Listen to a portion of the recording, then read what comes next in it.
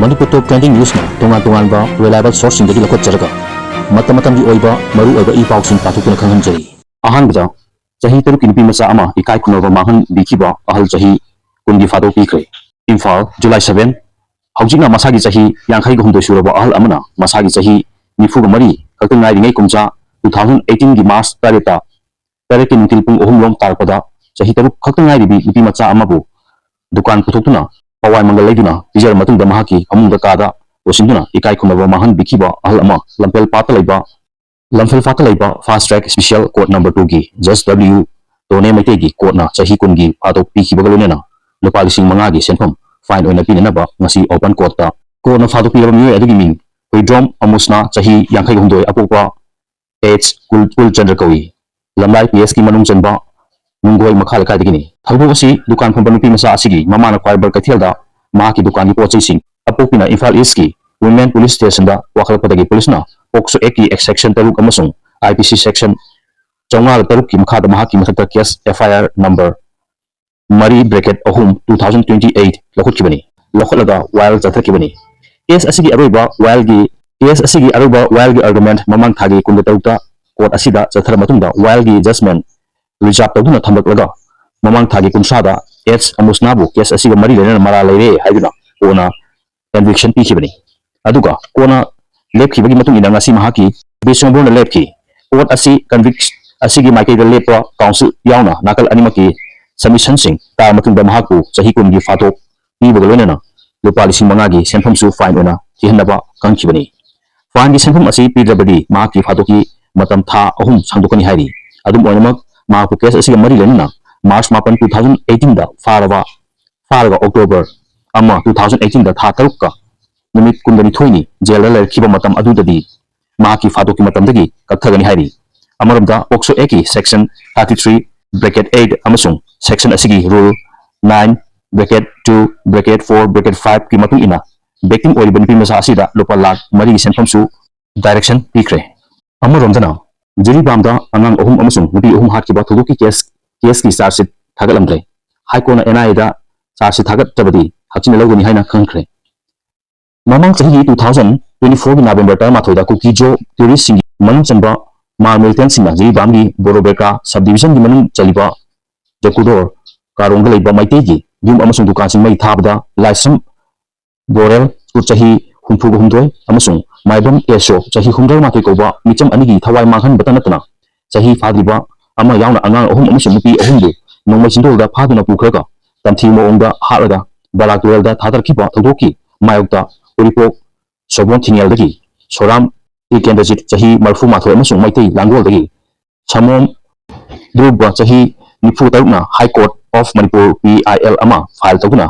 hagdok adugi matangda lokalpa case ki investigation loisinduna logi matung ina chenabasingda charakpi nanaba amasung laikhidraba mioi taruki imungda matik chaba compensation PNBU High Tribunal tha karet helaklaba phawda NIA gi maiki dagi case asigi charge sheet file taromdre petitioner anina file tarkiba PIL asigi YL mamangkata chathaba haukraba matung ngasigisu Chief Justice K Sumakeswar amasung Justice Ahanthem Bimolgi bench na wakat asi lakhotki kona PIL asi lakholpada petitioner ani gi maikaida senior counsel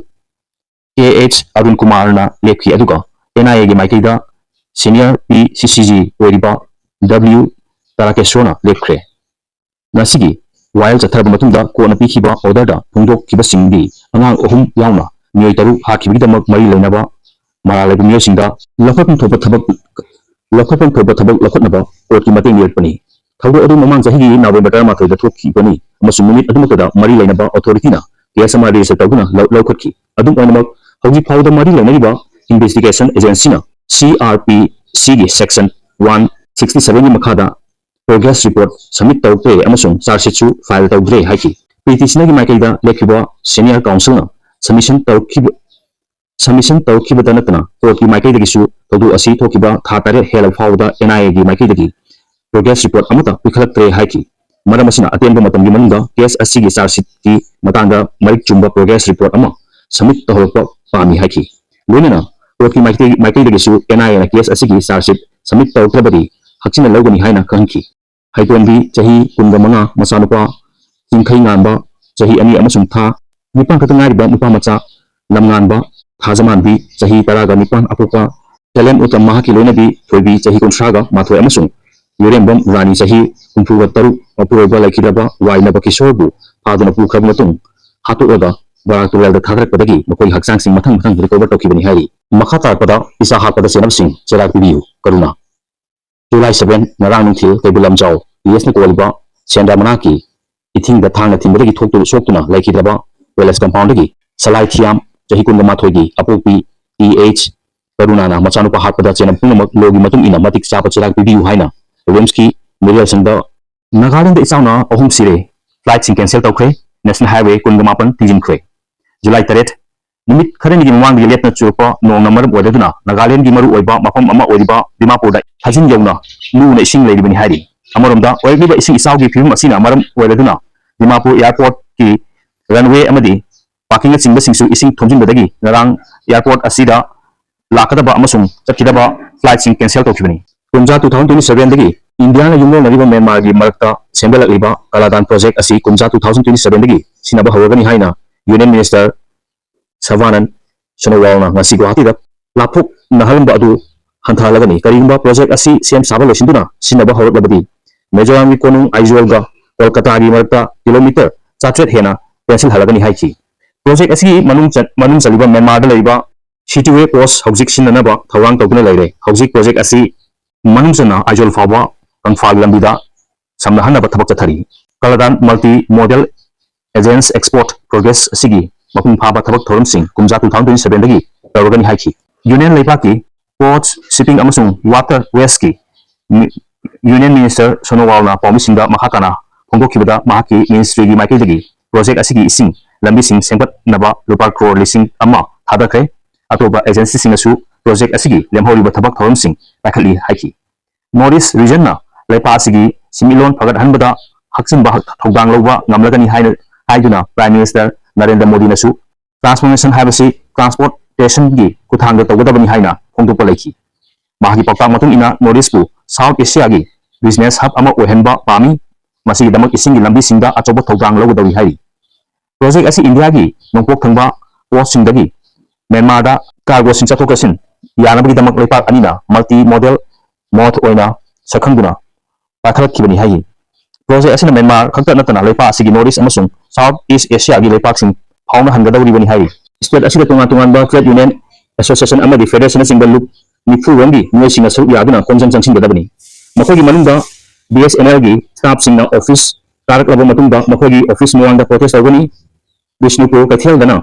postal service ki noi singa makogi office tagi punna thoktuna saru yagani banki employee singsu mafam ama anida protest tawgani aduga khongjang asida saru yagadab singi manungda sekmagi gas bottling plant gi workers sing asa amadi aganwadi workers sing mid day meal gi workers sing yauna trade union singi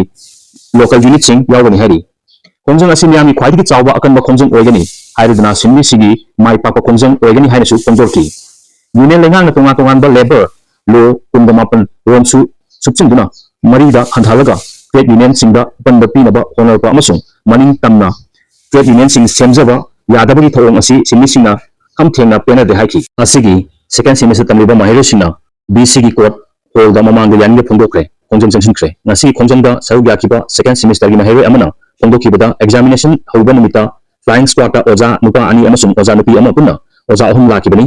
exam jathari manungda masida saru yariba nupi mahiro singda karimata haidana oja nupa singna tungomdagi body search tawba hawkibani thawong asi yange phongdokra mari lenaba mahikol asigi authority complaint tawkhabasu inquiry chathari hairaga mahiro singda karimata phongdokri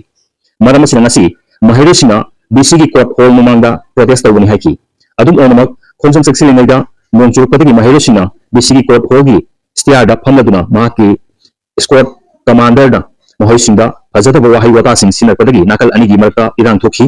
adubu squad commander na mahiro singda lale haijabadagi irang adu nemthaki hairi